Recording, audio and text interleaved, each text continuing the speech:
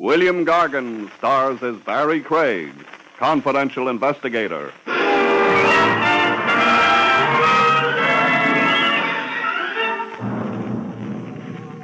Murderers rarely have many friends. People can't keep up with them. You see, folks, they set such a killing pace.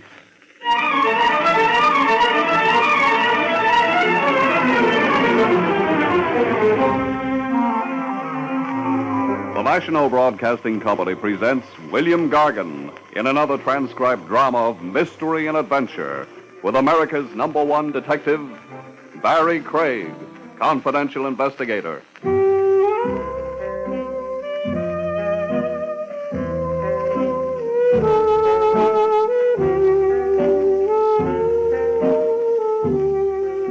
Barrie Craig speaking. In my business, a guy doesn't have many friends. We know too much about people. The wrong kind of things and maybe the wrong kind of people. Or are there any different kinds? I wouldn't know the answer to that one. But after time enough and jobs enough, about the only thing the investigator can be sure is clean is his license, if he keeps it under glass. The hours are lousy, too. Hello, Willie. Evening, Mr. Craig. You want some coffee? In Willie's wagon? Lay off the cracks.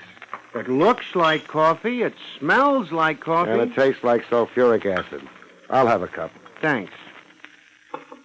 How about some nourishment? I'll have a couple of donuts instead. A couple? What do you think I am, a weightlifter? Just watch your teeth working on them.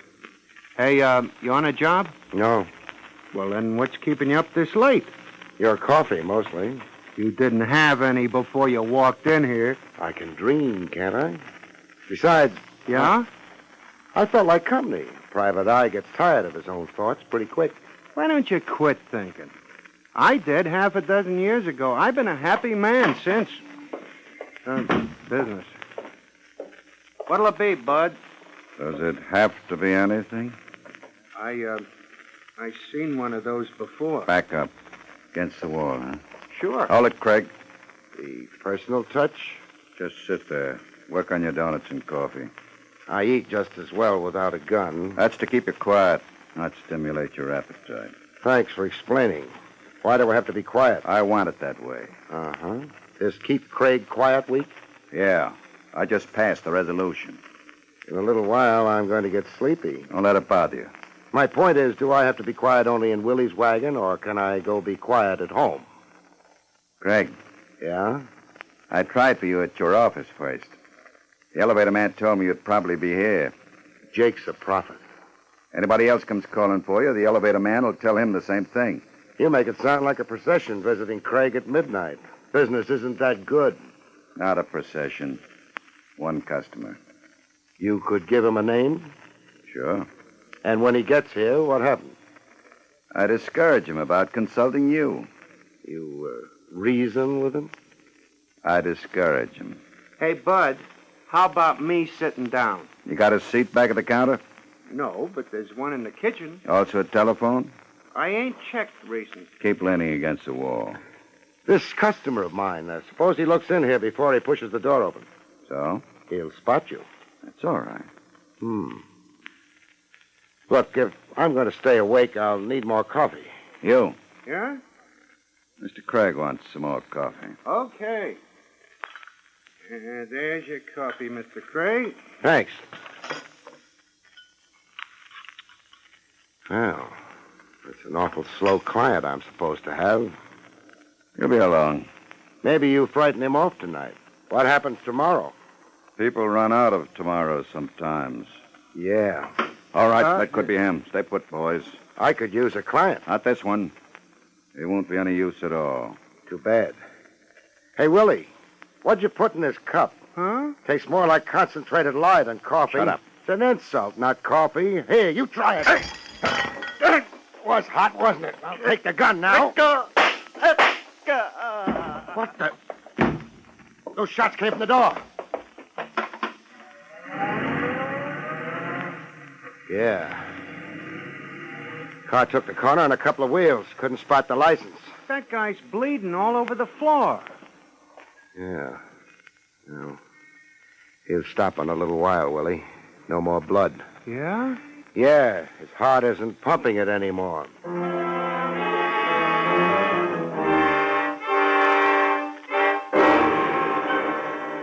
The coffee I'd spilled in his face caked before the cops got to Willie's.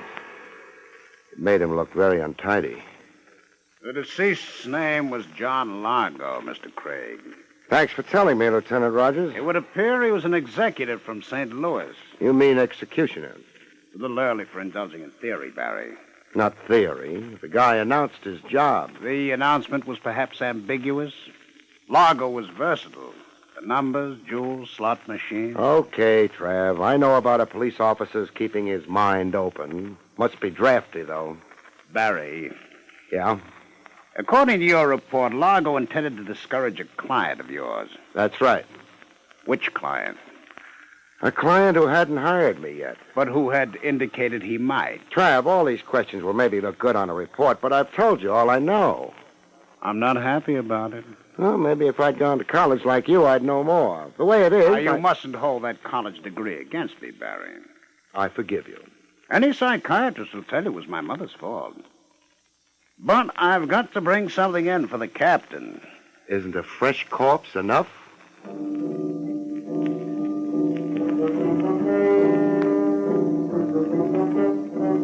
Trav let me go after a while. It had been a dull night. Willie's wagon was lousy with the press, and Trav had to concentrate on the department's public relations. I started for home, made a detour, and headed for the office on Madison Avenue. Jake would still be on duty, making sure nobody stole the building. Jake. Jake. Any cow wants to get milk, she can come to me. I ain't going out in the middle of the night. Jake, you're not on the farm anymore. What? Oh, too bad. You should have stayed up in Vermont. No, I got tired of it. Why? Too close to New Hampshire. I've been kind of expecting you. Yeah, I noticed your wide eyes. Jake, a little over an hour ago, a small, fair-haired man was here asking for me. Yeah, I remember him. I told him you was out getting poisoned over at Willie's. Did he find you? He found me. What I'm more interested in is the second person who asked for me tonight. I don't blame you. What? I said I don't blame you. Must be your Vermont accent. Never mind blaming. That second person was a client. I know that. That client of mine, from the looks of things, committed murder a half hour ago. Your office must be getting pretty crowded. My office? Jake, didn't you tell my client where I was? Client didn't ask. Preferred to wait in your office. In my... Oh, that's what you meant about it getting crowded. Yeah. But the murder didn't take place in my office. Not the one I'm talking about, anyway. That's nice. Makes less work for the cleaning women. But in that case... Never mind. Take me upstairs. Yep. Going up? Where else would I be going? I don't know. Them's my instructions. Always ask the passenger which direction he's going. Jake, what kind of a man was he? Who's that? The one up in my office. Well, up in Vermont, we wouldn't call him a man. You wouldn't? No. What would you call him? A girl.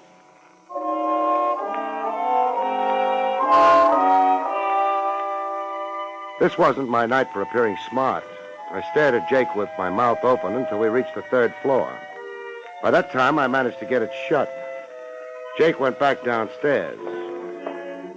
I went down the hall to my office and went in. And discovered that we'd call her a girl in New York, too. Mr. Craig? Yeah? Sorry I kept you waiting. Oh, that's all right. After all, you didn't know I was waiting for you, did you? I guess I didn't. Well, I was. You had an idea about hiring me? Actually, it was my brother's idea. I see. Oh, that is, I'm Sally Marlin. My brother is Donald Marlin. It figures. You're laughing at me? No. I wouldn't like you to, even though I'm not doing this very well. Exactly what are you doing? Oh, explaining.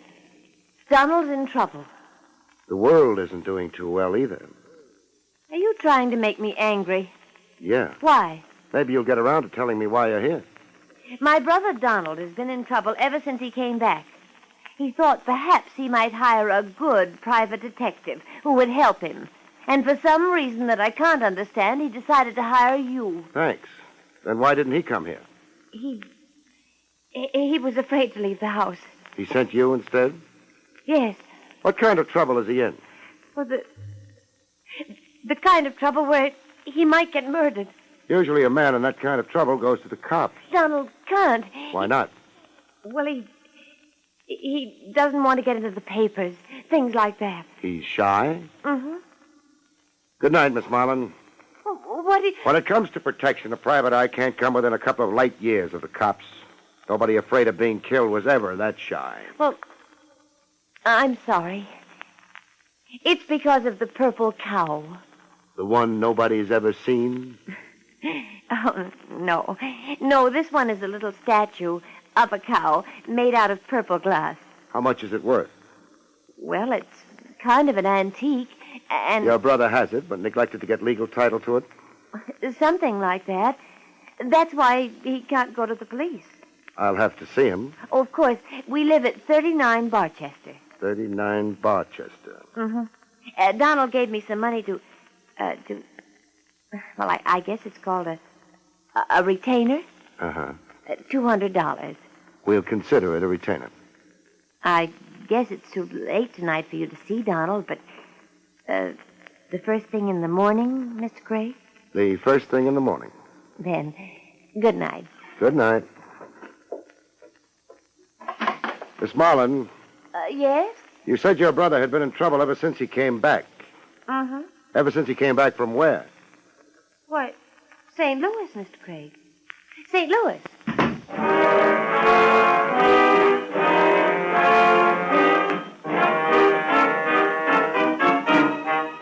The dead Mr. Largo had also been from St. Louis. I crossed to the door and opened it. Sally Marlin was waiting for the elevator. Jake would have his troubles waking up. The elevator would have its troubles climbing all the way up to the third floor. I used the back stairs. By the time Sally Marlin would make it to the lobby and the street, I ought to be ready for her. In my car, halfway down the block. I was. She used a cab. And we went riding.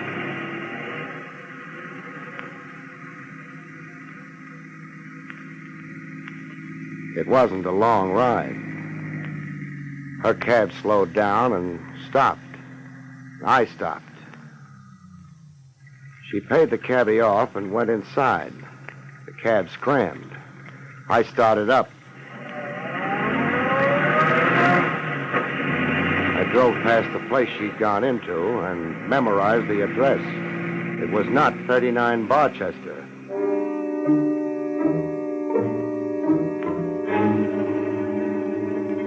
"39 Barchester was way over on the west side of town.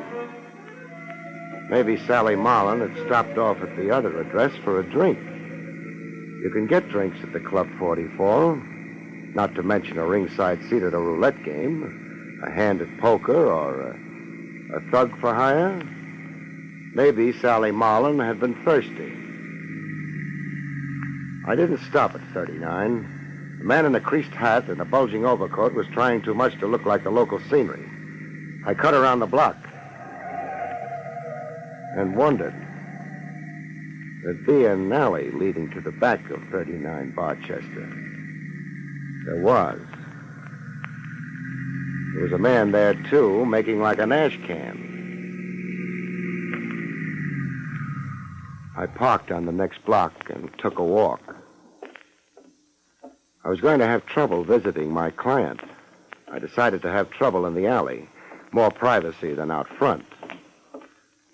Hey, Bud. Huh? You got a match? Sure. Thanks. Forget it. How's life among the ash cans? Huh? Kind of cold, isn't it? It ain't warm. You'll be glad to get back to the club. You ain't kidding. Well, what are you waiting for? Cochran sent you? What do you think? Yeah, but he didn't say nothing about pulling me out of here. Hey, wait a minute. I seen you before. Is that supposed to be a big surprise? I seen you before. Your name's Craig. Word gets around. You're a dick, a private dick. Says confidential investigator on my door. You don't need a gun. Keep your hand away from Wise guy, Not tonight, you won't.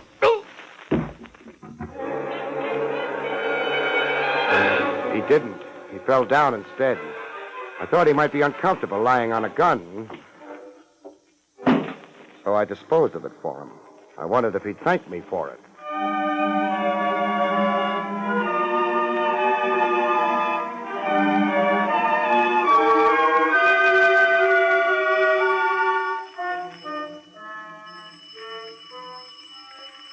Who's there? Craig. Say it again. Craig. You want me to wake the neighbors? Listen. I'll open the door slow. I want your hands in front of you and clean when I do. Okay. Otherwise, I start shooting. Hold it.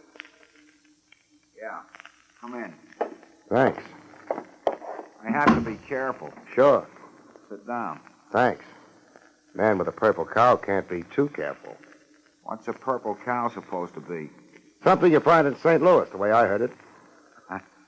Just making sure Sally got to you. She got to me. She's a good kid. Uh-huh.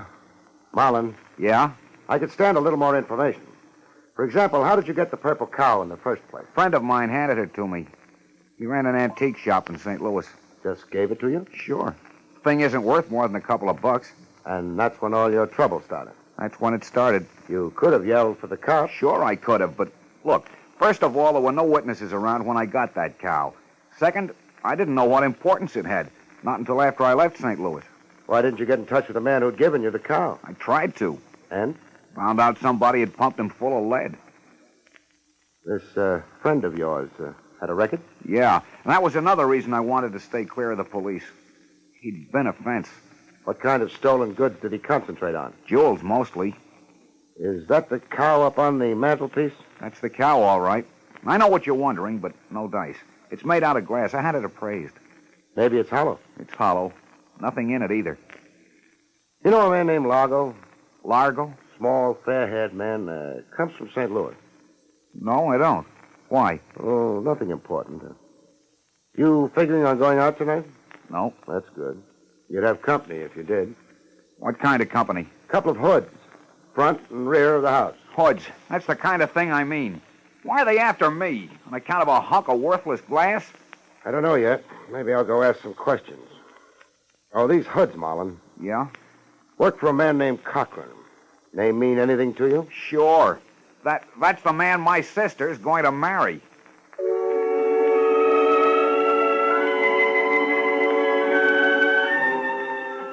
I used the front door. The mug in the alley might be resentful. I had no time to soothe him. I had a headache. I wanted to go home and kill a couple of beers and sleep. Marlon was safe for the night. So was the cow. No reason why I shouldn't go home. Maybe that's why I didn't go home.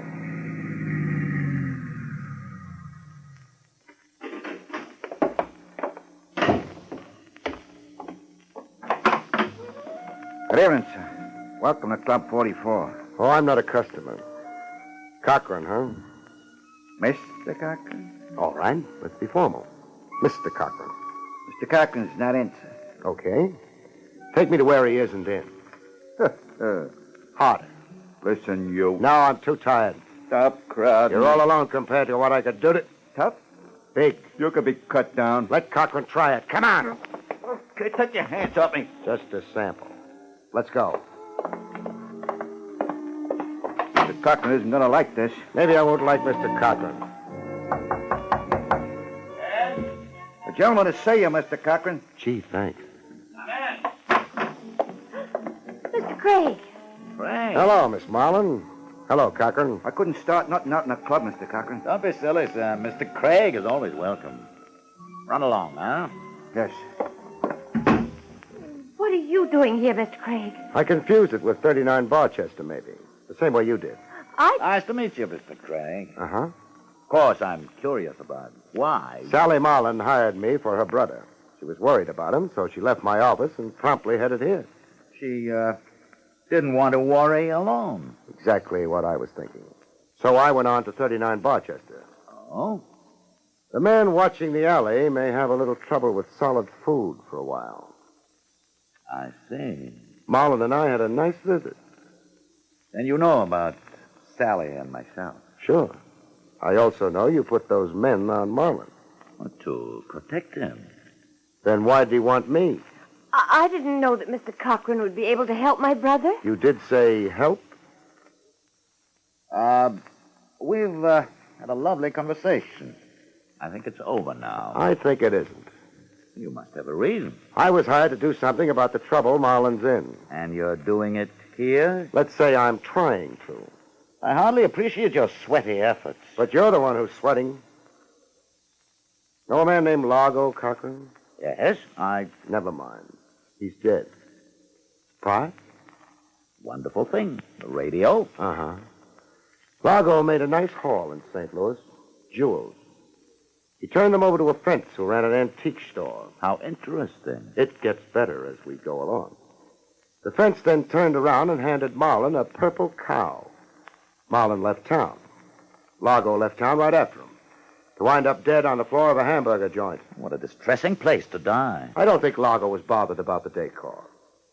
He killed the antique boy when he found out his jewels were gone. He was therefore after Marlin, presumably? Presumably.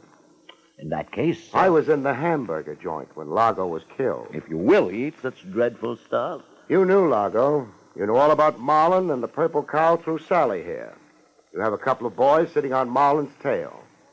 Mr. Cochran, how much of a chance do you think you'd have in front of a jury? Well, you agree with me. Not much of a chance. Bill, that gun. Shut up. What Mr. Craig has forgotten is that he's the only one outside of ourselves who knows all these things. So? I have no intention of being brought before a jury. There's a pretty well-known road paved with intentions, Cochran. I'm not traveling as yet, Craig, but I rather think you are. Keep your hands still. Sally, see if he has a gun. Bill, I don't... See if he has a gun. All right. He had a gun, Bill. Throw it here. All right. Sally, Yes? run along home. Bill, I won't let Don't be a fool. You can put me in the But chair. I don't- Sally, I told you. I can't let You're you in do my it. way, you idiot. Craig, killing the lights won't help you. You've no gun, Craig. Be still, I can't hear. My arm! I don't twist arms for fun. Grab it!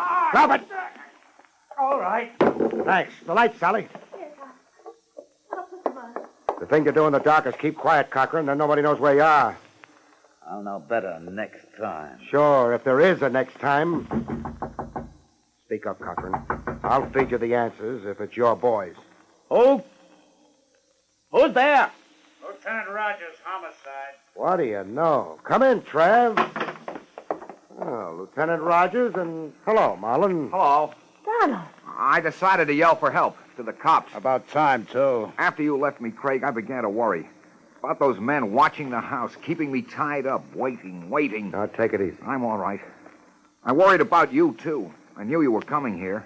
Thanks. And about Sally. I didn't want her to commit herself. This is ridiculous. What is, Cochran? The insinuation that I killed Largo. That why Craig was holding a gun on you? He thought he was mistaken. Barrie? He might have killed me, Trav. A very solid vote of confidence. One thing bothers me. A modest man. That's because I never went... Barrie. Okay, I'll save it. The thing that bothers me is, how did Largo find out Marlin was going to hire me? Seems like a fair question. Would anyone here like to answer it? Maybe we can throw a couple of possibilities out. Marlin wouldn't have told Largo for a lot of reasons. Among them, the fact that Largo was gunning for him. Marlin, therefore, didn't. Would Sally? I never even knew this Largo. A reasonable reply. You're accepting it, Barrie? Uh-huh. That leaves us Now, with... wait. Perhaps I did tell Largo something about it. You found out through Sally? That's true. Oh, Bill. I'm sorry, darling, but you see, I've known Largo for a long time. When Largo told me he was after your brother, I thought perhaps I might discourage him. It's an explanation. You like it, Barrie? Not much. Cochran told Largo because he hoped Largo would kill Marlin. Oh, no. Only reason it means anything. Then Cochran might inherit the purple cow. But the purple cow is worthless. That can wait till later. Sally, you told your brother that you'd mentioned the business of hiring me to Cochran. Well, I guess so. I demand a lawyer. You'll get one, and a jury. You know something, Trev? Something like what? Cochran was right when he said it was ridiculous. When he said what was ridiculous? That he killed Largo. Oh? Because he didn't. Well, this is a fine time to tell me. Who did? The person who understood my last question to Sally. The person who's making a beeline for the desk with a gun on it. You mean it was... Sure. Your brother, Mr. Donald Marlin.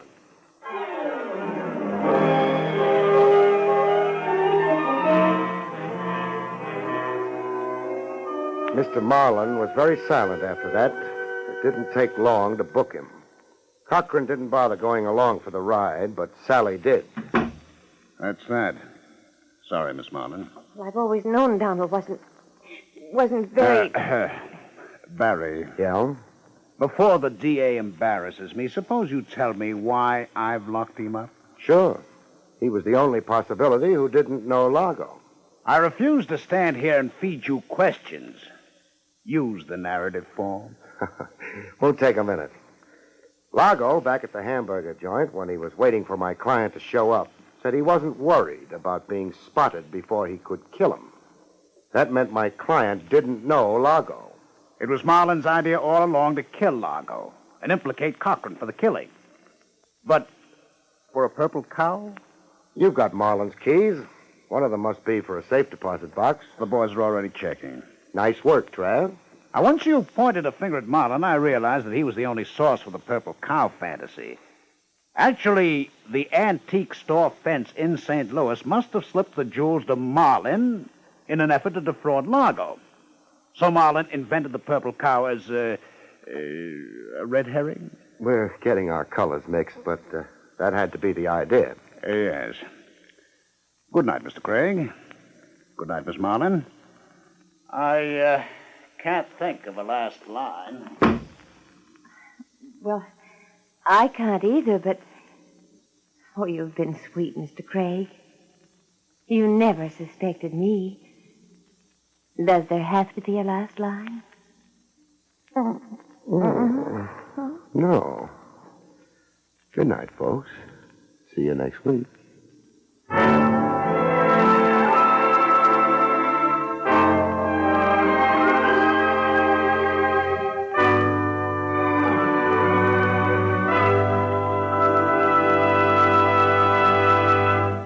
You have been listening to William Gargan in another exciting transcribed mystery drama from the adventures of Barrie Craig, confidential investigator.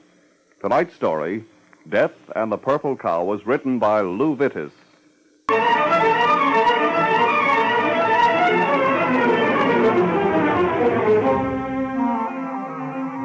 Featured in the role of Sally was Arlene Blackburn. Barrie Craig, starring William Gargan, was under the direction of Hyman Brown. This is Don Pardo speaking.